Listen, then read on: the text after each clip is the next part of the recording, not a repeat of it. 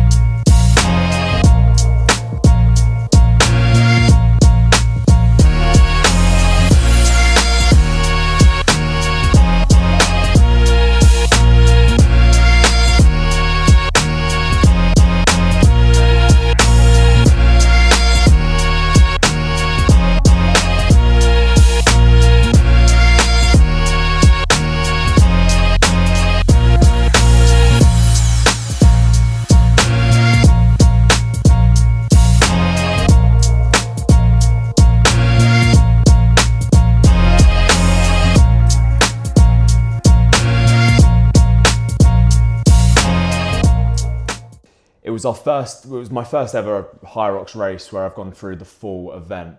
In January of 2025, we competed in the relay at Manchester, but moving into London in May, it was London Olympia, and it was the first ever HYROX doubles race that we had the opportunity of competing in. I kind of took it upon myself last May. Last year at the start, I set out to go back into competing in elite sport and trying to actually push towards them elite pathways. Throughout my teenage years, I always competed. I was a swimmer growing up, so competing at a high level in swimming. But since kind of hanging up the goggles and hat at the age of 18, I never really went back into anything. I gave rugby a go, but gym was really my only real passion, but it wasn't really training towards anything. Moving into HYROX, I didn't really know what to expect, and just going into my first relay in January, I got a bit of an idea of the layout, but wasn't really kind of in tune with the burden that I was going to be putting upon my body with it when it comes to training. For the relay in January, I was 105 kilos, so 105 kg, and I'll hopefully attach a picture of kind of like the size I was looking like. I had a lot of muscle mass, and I always kind of had a lot of muscle mass, but I was carrying a lot of unnecessary weight as well. So going into May, going into HYROX in London, I was 100 kg still, and I didn't really have much of a race plan. It was just, I understood kind of the process of what I need to be doing, and each of the exercises I was good at, and I knew how to complete. Like, I've always been a strong rower. I've always been strong on the ski erg. I've always been good at doing 10 burpees in a row, nice and quickly, and being powerful with it. But throwing it all together in a race, it was just something else. So this race you're going to see here in May, we crossed the line in 1 hour 11 minutes. You know, it's a time I was proud of, but I feel like I knew I had more to give. And I felt like I did find my calling after that race. It's something I did get the bug, like the whole atmosphere and everything of it. I loved it. But watching this footage back, you can see absolutely everything. And this is hopefully going to be the start of my journey, moving into them elite pathways now and trying to push towards the elite 15. I remember standing kind of on the start line here. Again, so naive, didn't really know what to expect. We could only get tickets for the Pro Doubles, and moving into this race, I remember in training, the weights felt good, but I don't think, like for example, the lunges, we didn't have a 30 kg bag to train with. And then I remember throwing that 30 kg bag on my back in the race and just thinking, this is just like, it's like I had 100 kg on my back. It was ridiculous. I had obviously at this point not done any sort of CrossFit either. So CrossFit I kind of step into late of 2025. And I think CrossFit has helped with a lot of that functional fitness as well, and just giving me a bit more awareness of how I need to be training.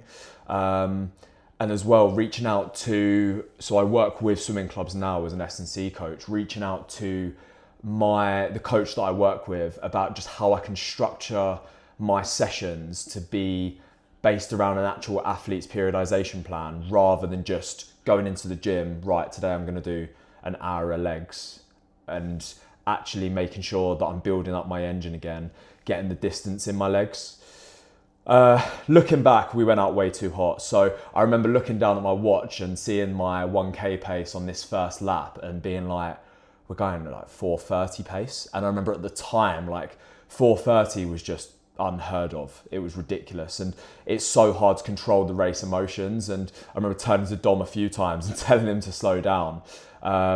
We wasn't really thinking about like cadence, efficiency, heart rate control, anything like that. I remember at the start line, my heart rate was already like 155 before I'd even started running, just from the adrenaline of the race.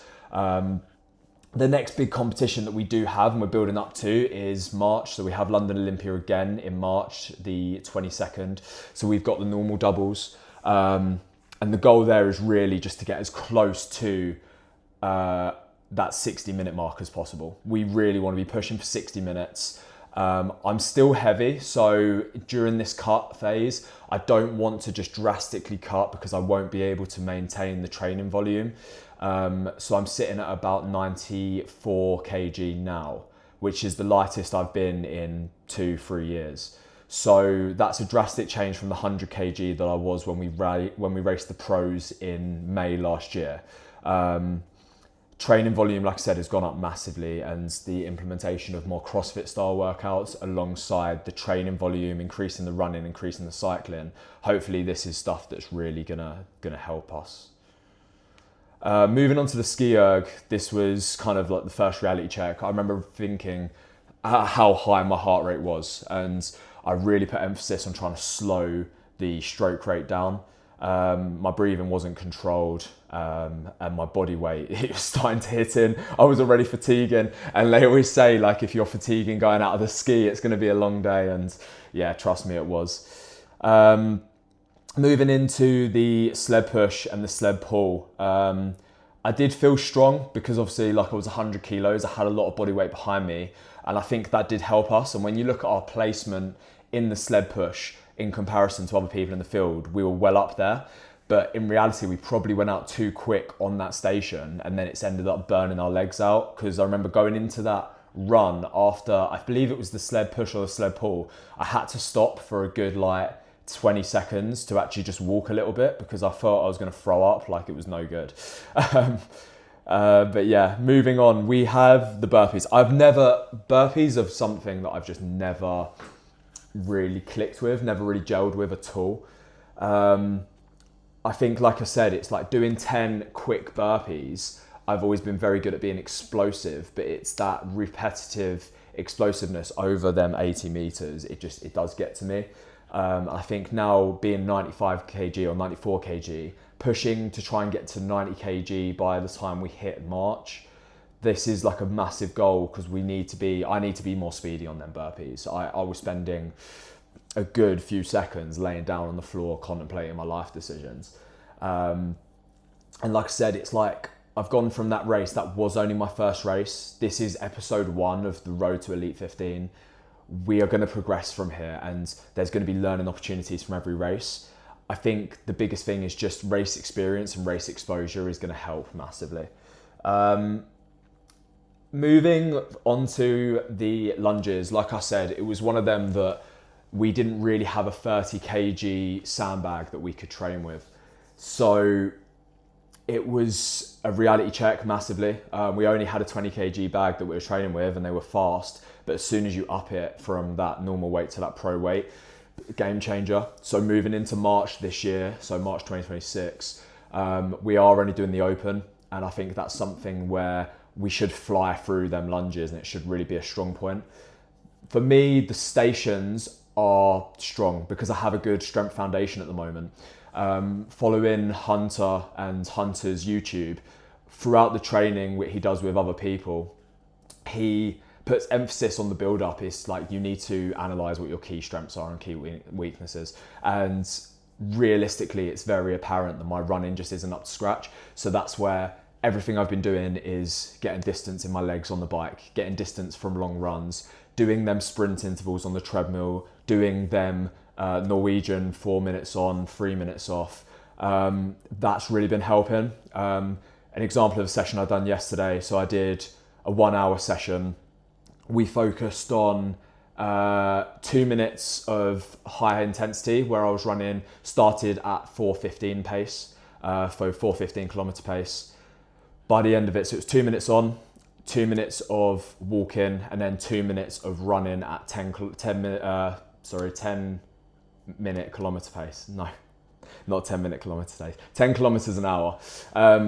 So like I said, it's 2 minutes on running, and I worked down to that 4-minute kilometer pace for the 2 minutes on, 2 minutes of walking, and then it was 2 minutes at 10 kilometers an hour pace. So that 2 minute push, 2 minute walk, 2 minute steady jog. And we did an hour of that. I've managed to hit a 10K. And then they're the sessions that have been kind of pushing the forefront of my training at the moment. I haven't really been doing strength training. So strength training has been kind of one session a week at the moment.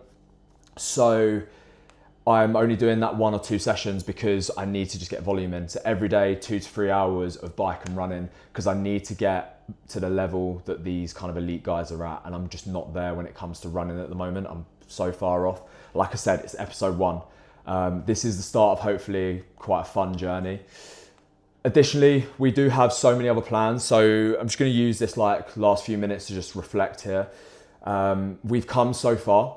So we're not even a year on from London Olympia, and I feel like a new person. The training volume that I'm going through at the moment is incredible. We're making great lifestyle changes as well. So from January this year, alcohol is something that has really been cut out and slowed down, which has been helping my training. I'm waking up feeling good every day, and I'm training every day.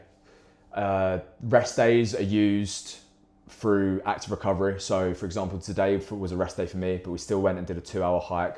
I've got coaching and work this evening, so I'm still going to be moving on my rest days.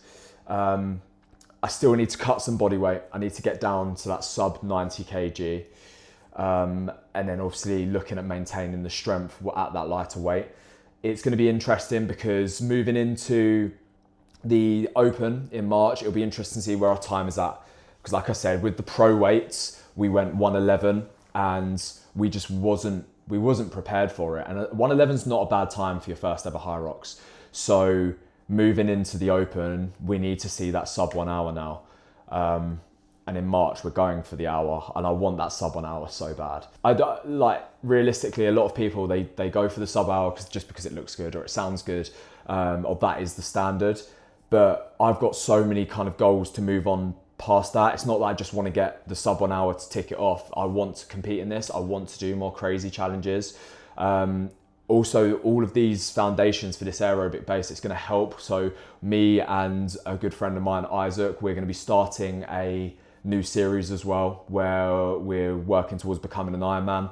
So we're going to be signing up to the 2027 Austria Ironman as soon as tickets go out and tickets go live. He's also going through his own journey. So he's got his ACL surgery in March, and he's finally had his date confirmed. He's been waiting for that for over a year. And then moving on from March, he's going to be in that rehab / building up phase on the build up to that Ironman in June 2027. So yeah, as we get closer to March, obviously I'm going to be doing a lot more footage. I just wanted to basically put this video out there, showing you a few of the highlights from my first ever HYROX. And also just telling you a few goals for what we want to do moving forward. So I want to push to take HYROX more seriously. It's something I've wanted to do for the last year since I really found out about it. And it's obviously growing in popularity. And it's something, as a coach myself, I want to be a really good athlete so then I can coach and practice what I preach. So that is the biggest goal. So yeah, stay tuned, and hopefully we're going to have a lot of bigger things to come.